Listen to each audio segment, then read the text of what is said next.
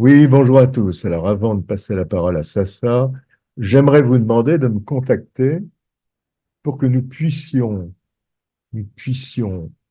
mettre en route des conversations sur YouTube où vous pouvez vous exprimer librement de choses qui peut-être vous agacent ou au contraire qui vous comblent. Voilà. Donc, vous me contactez sur philippebuffon.org. Bon, allez, la parole à Sassa. Allez, au revoir. Bonjour Sassa. Alors, vous Bonjour êtes Philippe, franco-serbe, c'est ça, c'est ça, et vous travaillez en France. je travaille en France, oui. Je suis auto-entrepreneur dans le BTP, Ah, vous êtes auto-entrepreneur. Ah ouais, c'est ça. bien. Voilà. Je suis carleur. Dites, hein? Carleur. Carleur, ok. Et dites-moi, Sassa, qu'est-ce que vous pensez de la politique française actuellement? Eh ben, je trouve que Macron, notre président Macron, est irresponsable. Je n'ai jamais vu un président aussi irresponsable que Emmanuel Macron. En gros, à demi-mot, c'est dire son élocution face à la Russie, c'est de la provocation. Nous ne sommes pas en guerre contre les Russes. Les Russes n'en veulent pas à la France. Au contraire, d'ailleurs, la France a toujours été, même le peuple français a toujours été bien vu en Russie. La culture française a toujours été appréciée. L'histoire de France, ses châteaux, ses rois. Voilà. Mais ici, on nous dit le contraire. Et Macron, quand j'entends la réunion à Prague, je pense que oui, je crois que c'était à Prague qu'il était, qui dit que Mhm. la guerre est de nouveau sur notre territoire et que nous ne laisserons pas la Russie gagner, quoi qu'il en soit, que le prix, enfin, voilà, quoi. Je veux D'engager dire, les troupes françaises c'est ça. en Je veux Ukraine. dire, c'est irresponsable. Voilà, je comprends pas comment Emmanuel Macron peut dire, tenir de tels propos.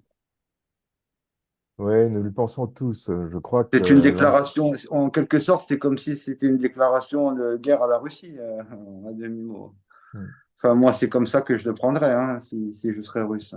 Oui, c'est vrai, c'est vrai. Voilà, on envoie des armes pour tuer les Russes. Voilà, on s'en mêle encore d'un conflit voilà, qui n'est pas le nôtre. Les Américains, voilà, regardez, c'est toujours pareil, hein, tout ça, de toute façon, ça va, c'est les intérêts, tout ça, ça va à l'encontre, c'est beaucoup, c'est plus à notre échelle. Moi, je pense qu'il y a énormément d'intérêts géopolitiques, stratégiques qui sont bien au-dessus de ce que l'on peut nous faire croire, quoi. Mhm. Et alors, vous allez souvent en Serbie?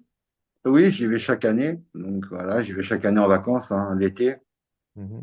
J'ai ma famille encore là-bas, hein. Donc voilà, quoi, j'ai ma maison à Belgrade et ouais, Ah chaque oui. été, voilà, ouais, j'y vais. Oui, que j'ai eu en héritage, hein, bien sûr. Et Voilà. qu'est-ce qu'on pense de la France en Serbie? Eh ben, ils sont très déçus, les Serbes, que la France réagisse comme ça face à la Russie. Et aussi par rapport à, vous savez, ce problème qui est le Kosovo, hein, c'est un problème qui est toujours d'actualité, hein. Vous allumez la télé aujourd'hui en Serbie, c'est comme si on était encore en 1999, quoi. Mhm. C'est toujours les mêmes sujets, c'est toujours le Kosovo, le Kosovo. Le Kosovo est le cœur de la Serbie. Et voilà, on nous met la pression, on nous met la pression aussi pour pouvoir mettre des sanctions à la Russie. Euh, il Mhm. faut faire bonne figure avec l'Europe et aussi on ne peut pas, vous voyez, faire mauvaise figure face à nos frères russes. Et donc c'est compliqué, quoi. La Serbie est un petit pays, Philippe. Oui. Mais, et les Serbes n'ont pas oublié les bombardements de Belgrade, je suppose. Exactement. Non, ça, jamais. Vous savez, ils ont pas oublié. Ils ont pas oublié. En plus, ils ont l'OTAN a énormément bombardé avec des bombes, vous savez, à uranium appauvri, là, ce Mhm. qui est très radioactif et ce qui a causé énormément de cancers depuis les bombardements, hein. C'est bien. Ah oui. Et malheureusement. dites-moi, alors, en Serbie actuellement, est-ce qu'il y a des volontaires qui partent en Serbie, en Ukraine, de Alors oui, Serbie? il y en a beaucoup, beaucoup. Je veux dire, il y a mon cousin qui est à Donetsk, qui est d'ailleurs officier dans l'armée serbe et qui est là-bas officieusement, je dirais, à entraîner donc si vous voulez, la population locale qui se bat et qui forme donc des groupes on va pas dire paramilitaires, mais des groupes armés qui appartiennent ensuite qui sont comment dirais-je, en contact direct avec le corps de l'armée russe. Vous voyez. D'accord. Ce sont des groupes locaux, voilà. Et il y est Et, depuis 2014. ah oui, oui, d'accord. Oui, oui. Et dites-moi, il y a beaucoup de Serbes qui partent comme ça? Énormément, ouais, énormément. Il y a énormément de Serbes. Il y a tout un corps où c'est que ce sont des volontaires serbes qui est sur place. Et ouais, ouais, il y a énormément, énormément de Serbes, surtout de la République serbe de Bosnie.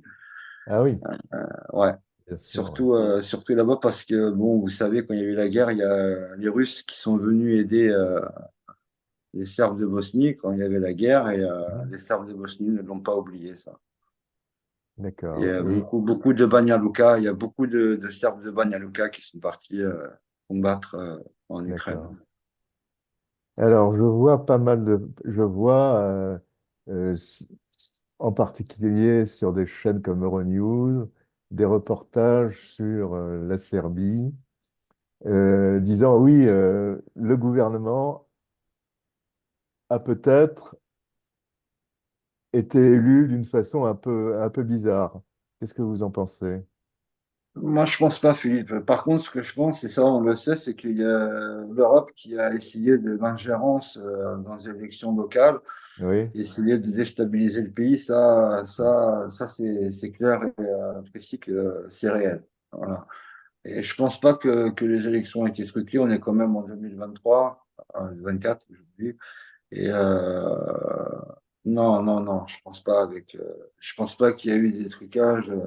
Après que des voix ont peut-être été achetées ou voilà, que Monsieur Vučić a peut-être donné des subventions, peut-être, mais je veux dire, voilà, des fraudes électorales. hmm, Moi, je ne pense pas, je crois pas à ça, Philippe. d'accord. OK. Et votre famille en Serbie, elle est où? À Belgrade. Donc À moi, je Belgrade, suis oui. de Belgrade même. Voilà. Je suis de D'accord. Belgrade même et bon, bah voilà, hein, je ne vous cache pas, c'est difficile hein, pour eux. Hein. Mhm. Les prix augmentent, tout est cher, les salaires sont bas, c'est pas facile, quoi. Et est-ce que le peuple serbe aimerait rentrer dans l'Union européenne? Parce qu'on en parle beaucoup de ça, non? Bonne question. Alors, je dirais oui et non. Alors, je dirais, la Serbie ne sait pas où elle va, donc parce qu'on a quand même cette fraternité russe et slave. Et oui, alors on veut l'Europe et on veut pas l'Europe. Vous voyez ce que je veux dire? On veut tout ce qui est les bons côtés de l'Europe et les mauvais côtés, ben, qu'on laisse de côté, quoi. D'accord. Donc c'est très partagé.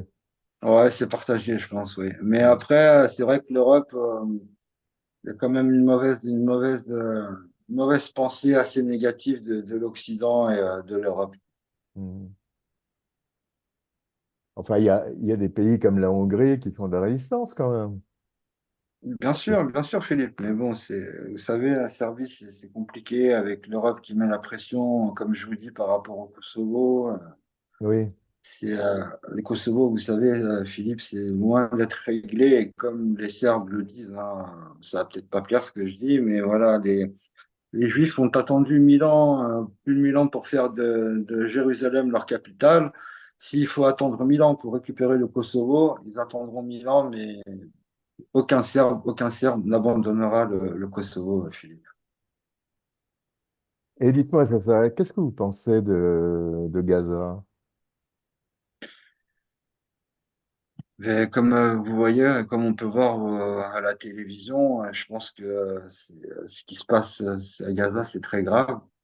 Je pense que c'est la population, vous voyez, qui est frappée quand on voit les Mhm. enfants, les milliers d'enfants, de femmes qui sont sous les décombres, et qu'on voit Israël frapper aussi fort. Je pense que c'est disproportionné, quoi. Oui. Et personne ne bronche ici, c'est curieux, hein. Personne, personne, vous voyez. D'ailleurs, je comprends pas pourquoi, voilà, je comprends pas pourquoi on ne punit pas Israël. Et Israël, d'ailleurs, ne respecte aucune convention Mhm. de l'ONU et s'en contrefiche, quoi. Ouais, ouais, complètement, ouais. Complètement. Complètement. Non, non, complètement. Ça, je suis pas C'est assez d'accord. étrange. C'est clair. Bon, ben écoute, écoutez ça, je vous remercie pour votre interview. Avec Et puis à plaisir. bientôt. Et À j'arrête. bientôt.